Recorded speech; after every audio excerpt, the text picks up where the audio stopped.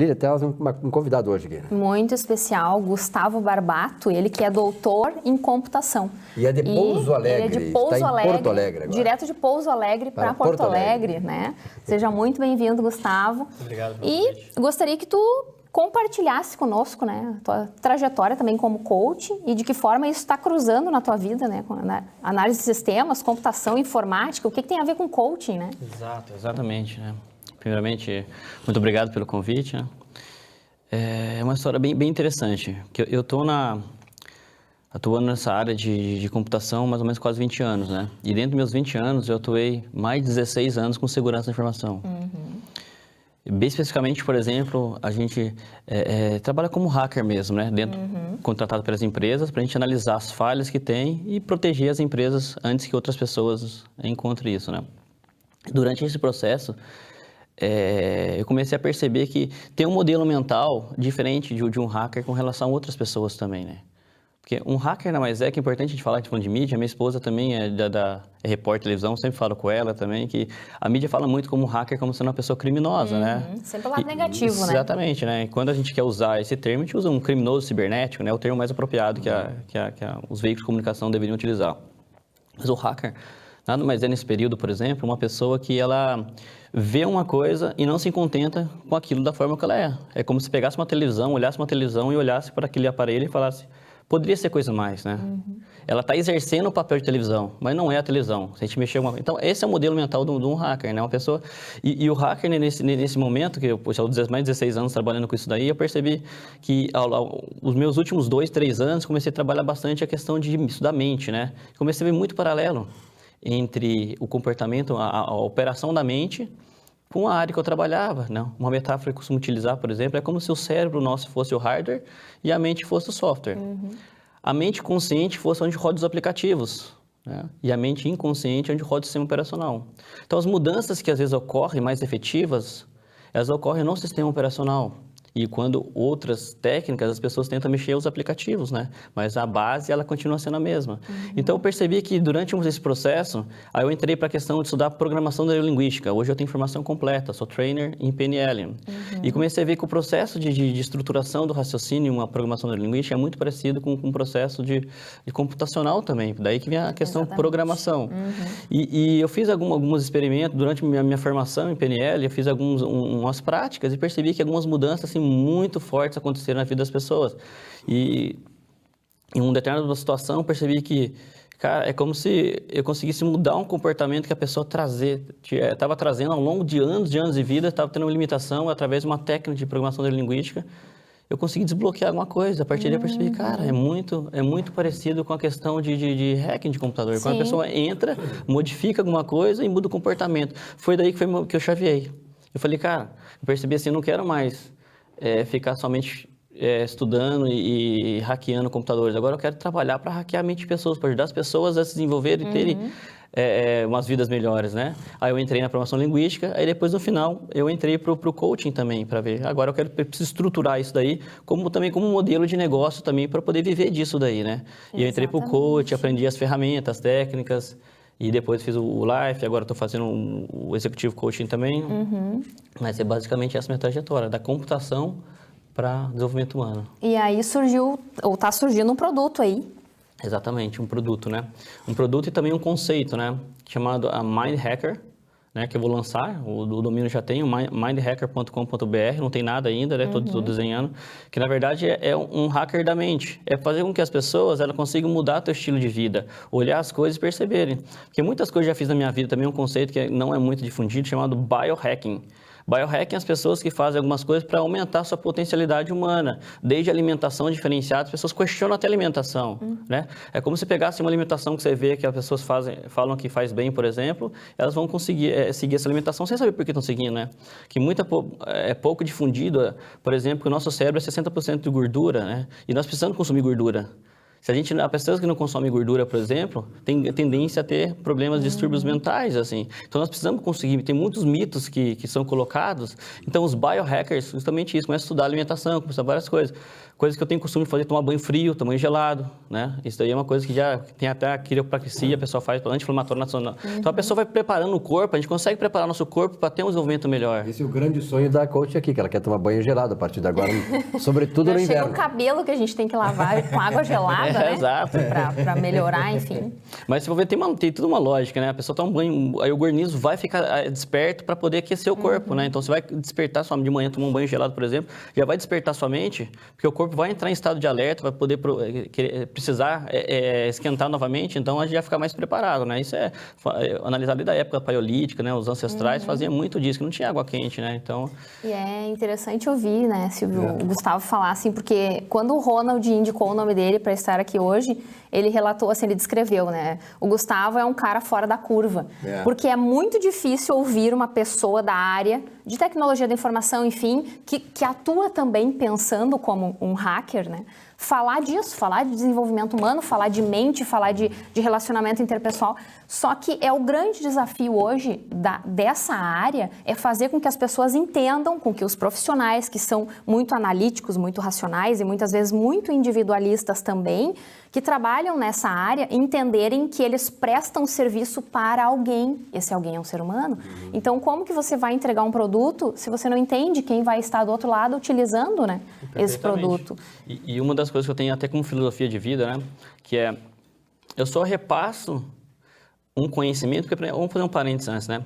A gente dizem que está na era da informação. Na informação, eu pegar uma coisa de um lado e repassar. A gente pega um dado, dá um sentido ao dado, transforma em informação e repassa a informação. Só que transformar a informação em conhecimento é quando a pessoa pega várias informações, ela correlaciona, analisa, pensa e repassa um conhecimento, né? Só que tem uma outra era. A próxima era é o seguinte, no meu entendimento, a era da sabedoria. A era da sabedoria é quando a pessoa pega um conhecimento, ela aplica na vida dela antes de repassar. Não é somente passar um conhecimento, porque é muito fácil a gente pegar, falar as coisas e a gente não aplicar na nossa vida, né? É o conceito que a gente fala de congruência, né? A pessoa não é congruente com aquilo, né?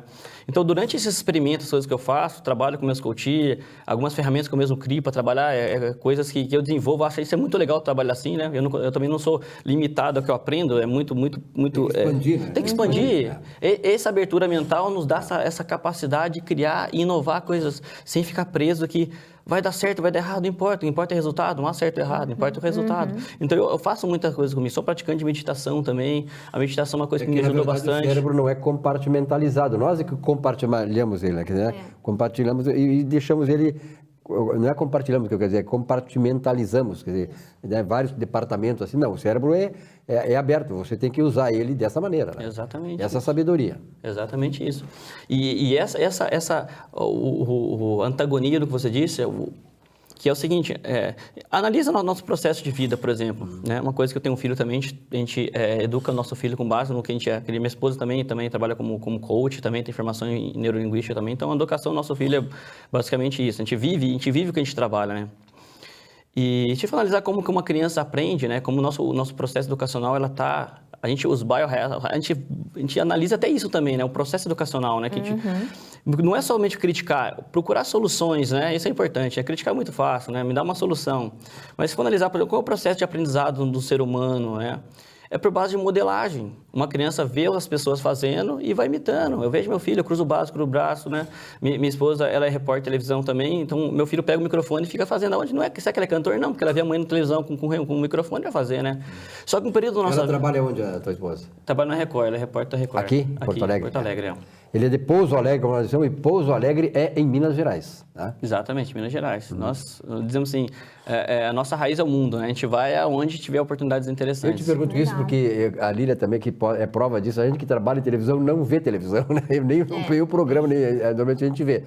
Mas é interessante realmente essas duas linkagens deles, né? E casal, o filho já é um privilegiado, né? Eu costumo dizer assim que a gente deve fazer um estudo longitudinal para entender Como que serão esses filhos de pessoas que trabalham com desenvolvimento humano? Porque como nós trabalhamos muito a congruência, é importante também, né, que o nosso telhado não seja de vidro, que a gente saiba também aplicar isso dentro das nossas casas. Né? Exato. E nesse processo, eles analisam, eles modelam, né? Aí só analisa, chega um período da nossa vida, desenvolvimento, as palavras, elas são, por questão semiótica, elas vão mudando o sentido. E a gente não acaba estar modelando, começa a falar que a gente está imitando as pessoas, começa a ser uma coisa errada.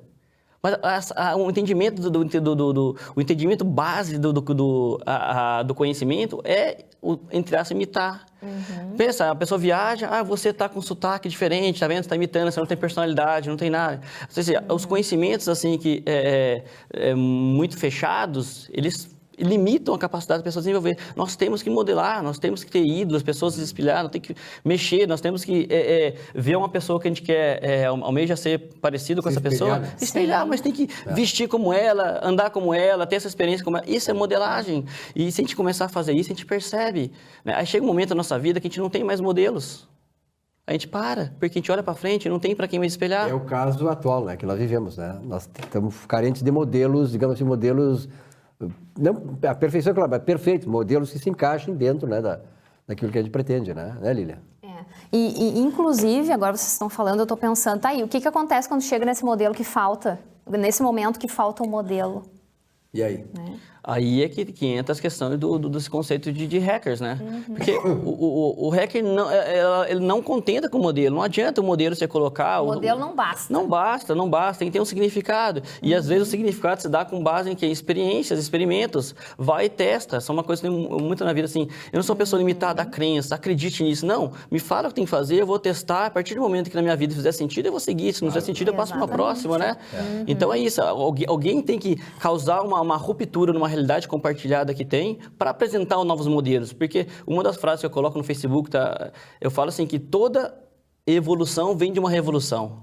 Com certeza. E alguém precisa revolucionar. E às vezes eu tenho que tentar tomar um banho frio para ver benefício na minha vida, para chegar para uma pessoa fazer se tem benefício. Não é somente ler um livro e repassar a informação. Isso que o Gustavo fala não é questão só da pessoa, mas a questão dos países. Por exemplo, assim, a Revolução Industrial, né? Eu, como economista, a Revolução Industrial foi uma quebra de paradigma que mudou o mundo dali para cá. Quer dizer, foi uma reforma, foi uma revolução que provocou a reforma e foi experimentada na prática e aconteceu tudo que aconteceu a partir do século XVIII, né, para XIX. Exato. E só para concluir o teu raciocínio, e as pessoas, elas se adaptam, porque os seres são resilientes, né? A gente pensa assim, vai ter uma revolução, as pessoas vão perder seus empregos. Não, eles vão se adaptar, vão entrar em soluções e encontrar um novo meio de sobrevivência, né? Porque queira que não queira, umas coisas que eu tenho como base, todas as nossas decisões que tomamos na vida, não importa elas que sejam, são base da nossa sobrevivência, a gente analisar isso. Nós estamos para sobreviver isso, né? E a partir do momento que a gente entende isso, a gente fica mais flexível e sai do romance, da fantasia da vida. E aí você se reporta a Darwin, né? Quer dizer, os mais fortes vão sobreviver. Os mais fortes não significa mais, o mais, digamos assim, musculoso, não. Mais forte do ponto de vista daquele que sabe se adaptar às mudanças, não é isso? Exatamente isso. Exatamente. E é importante que a gente entenda que toda essa autodefesa que já temos instintivamente faz parte da fisiologia do nosso organismo. Então, o cérebro, ele tem esse dever de nos proteger. Então, eu tenho que me expor, ou eu tenho que ir lá no Economia e Desenvolvimento, eu não vou. Não, porque vão me julgar, porque isso, porque aquilo. Porque este é o papel do cérebro. Então, todos esses processos de desenvolvimento humano, todas essas técnicas e metodologias que nós apresentamos neste espaço aqui de coaching, vem justamente mostrar novas formas, ou seja, novas entregas de comportamento, né? E novas perspectivas diante dessa fisiologia que acaba nos condicionando. Exatamente. Então, nós não precisamos ser somente a resposta disso, nós podemos ir muito além, né? Porque hoje a infinidade de possibilidades que nós temos de funcionamento do nosso cérebro, né? A gente não mensura isso. Né? Gustavo, muito obrigado pela presença.